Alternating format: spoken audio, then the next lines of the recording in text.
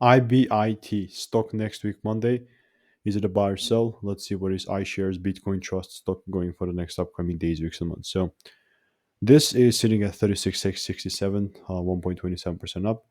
Before I get into this, just for context, I'm using my strategy and system that has previously given me thousands of wins in 2023. I'm telling you this because that's the truth and I've documented everything. But yeah, BlackRock's thing, right? Where am I at?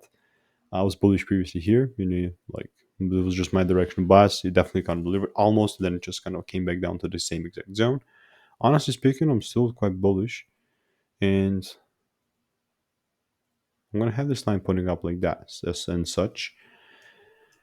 It already kind of gave me my rules, so I kind of missed it. So yeah, this is just kind of my directional bias, but surely I'm gonna keep you updated. Okay, so I'm not going to force a trade. I'm not going to FOMO in.